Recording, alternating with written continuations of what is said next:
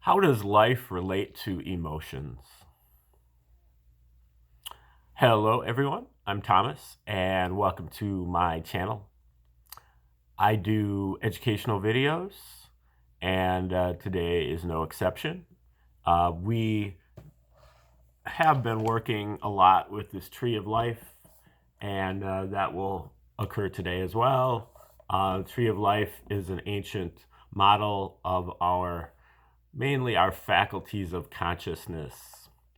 It has 10 circles that are numbered 10, 9, 8, 7, 6, 5, 4, 3, 2, 1.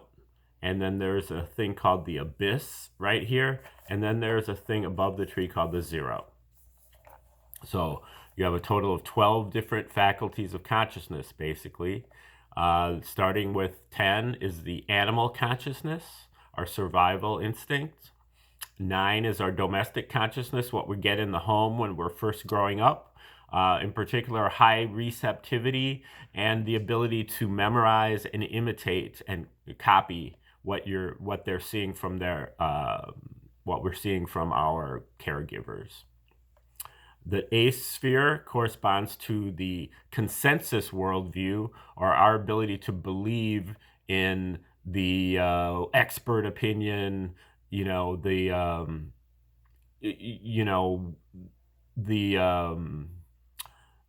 teachers and the media and everybody that tells you how things are, the guys in the white lab coats, and to the extent that we can believe in and rationalize what they're saying, then we're fitting into the eighth sphere.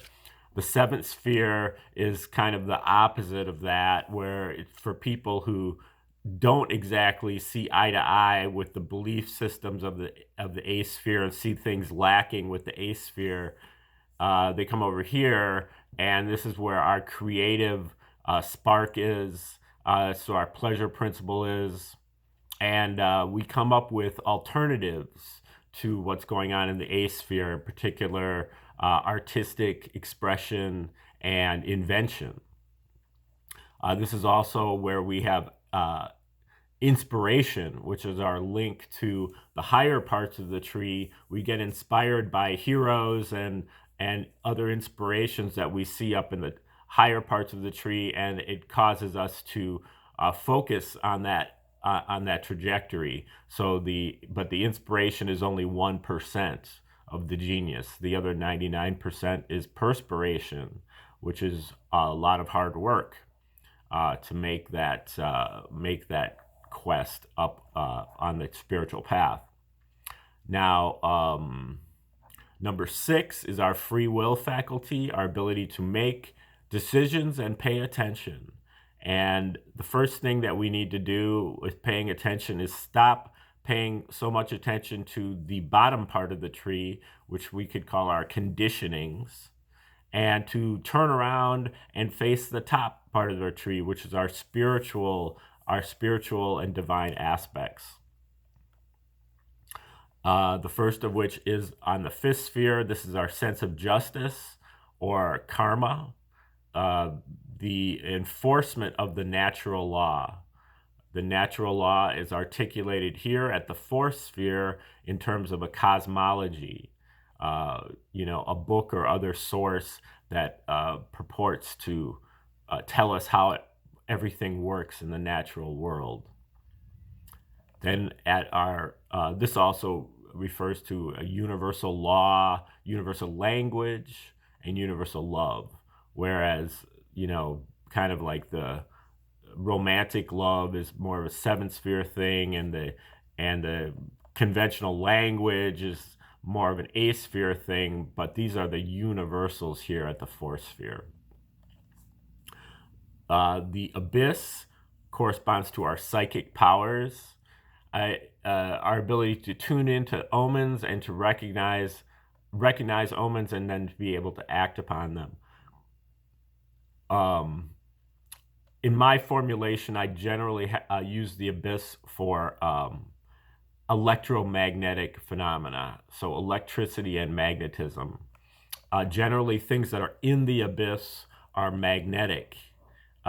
Things that are fractals which we haven't quite gotten to, but if they're parts of the other spheres within the abyss within the other spheres, then they're electric.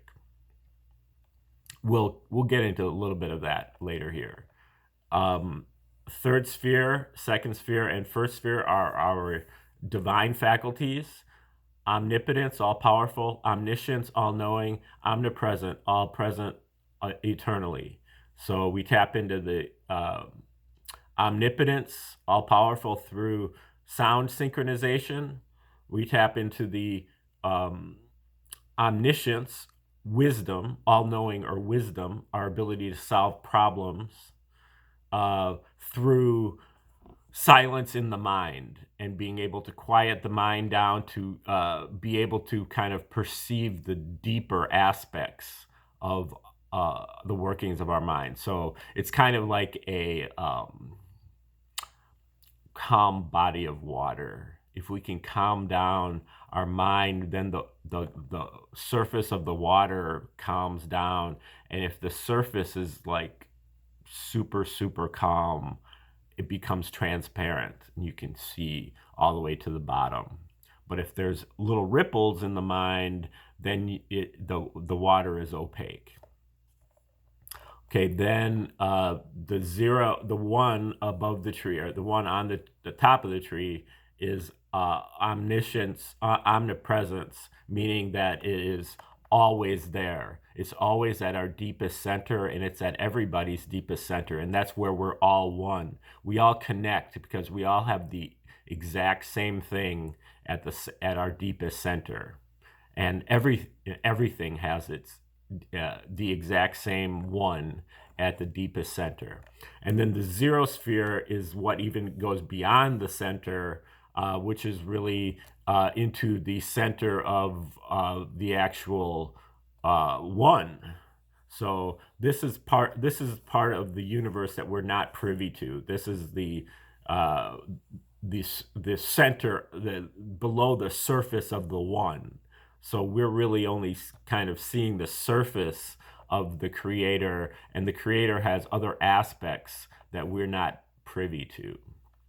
Okay, so now that is the kind of way that you work with the 12 faculties of consciousness. What I've done in my model is I've fractalized it, as I said before. So I've put a little tiny model of the tree of life onto each one of the spheres to break it down into 12 separate categories for each one. So you're breaking it down to a total of 144, 12 plus 12 plus 12 plus 12, and so on, up to 144 different fractal faculties of consciousness, or what I term the stages of life.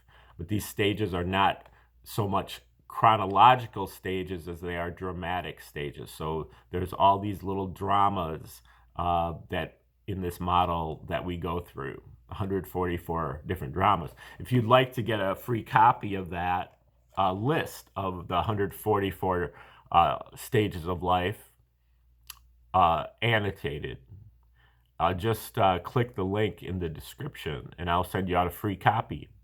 It'll help you understand this better, give you an ability to kind of keep score at home. Okay, now today's question refers to stage number 8. Out of those 144 stages, this is stage number 8. How does life relate to emotions? Now, when we look at stage 8, we're talking about something that's in the 10th sphere, but it's the abyss within the 10th sphere. Okay, so 10th sphere is about survival instinct, life force, and fight or flight. And the abyss has to do with our psychic powers, like I said, electromagnetic. So when it's a fractal of a certain sphere, we're referring to an electric aspect. When it's actually in the abyss itself, it's a magnetic aspect. So we're looking at an electric aspect within the 10th sphere. How does life relate to emotions? Stage number 8, electric current, electric charge. Stage number 8 is about how the animating life force or electric current can be vibrated, resulting in electric charge or emotions.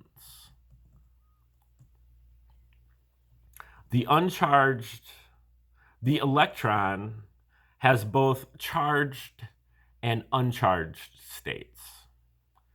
The uncharged electron is electric current. Current is a rotating unit of space, an electron, moving through matter, which is time. Matter is made out of time. Electric current is equivalent and reciprocal to an outward scalar motion that is motion in all directions of the matter through space. The inverse of an object moving through space, an electron or space moving through matter or time, rotationally. The uncharged electron is what we call positive charge or holes, which moves through the time of the atoms. Again, atoms are made out of time. So we have motion there. The electron is a rotating unit of space moving through time. The relationship between space and time is motion. So the electron is moving through time.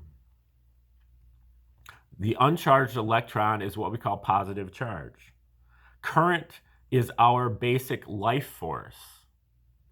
Life is matter under the control of mind, which is also known as cosmic matter. So matter under the control of cosmic matter in the proper ratio and at a 90-degree angle. Electric current animates by orienting at 90 degrees and at the right proportion. In order to orient a 2D plane, we must have a 1D pressure function, electric current. So electric current animates matter. Electric current is life, vitality. An electric charge is an emotion or a waste of motion. A charge is a rotational vibration. So the rotating unit of space is vibrated. So when the electron is vibrated, it turns into a charge. A charged electron is a reversal of the current motion, of the electric current motion, and it creates the skin effect. The charge exists just outside the surface of the matter. Charges must exist outside the atomic structure in the vacuum of space, while the current exists in the body of the matter or charge. Okay, now that is the short version on the stage number 8, electric current, electric charge, the abyss fractal within the 10th sphere. All that stuff comes from the reciprocal system of theory and from Dewey B. Larson, and also the reciprocal system 2, originated by Dr. Bruce Perret. Both of them are deceased, unfortunately. And so the theory is in danger of falling on the scrap heap unless some people do some work and get it going, but it is a universal theory, system of theory, and it has a different interpretation of much of the electromagnetic phenomena, which kind of amounts to a recalibrating the abyss in general. And so this is the electric part of the electric part of the electromagnetic formula there. The electricity is seen as being a one-dimensional motion, whereas magnetism is seen as being a two-dimensional motion. And that they generally work together. The matter itself is a magnetic phenomenon, where the charge or the current in the matter is an electric phenomenon. We'll get into that a lot more, but this is kind of the basics that we need to know at the 10th sphere, is that the animating principle in life is current, and the emotional principle has to do with the charge. Okay, please press like, share, or subscribe if you made it all the way through the video, and click the link in the description if you'd like me to send you a free copy of the list of the 144 fractal faculties. And otherwise, have a beautiful day, and stay tuned for more Tree of Life videos and reciprocal system videos and many others coming from me here in the very near future.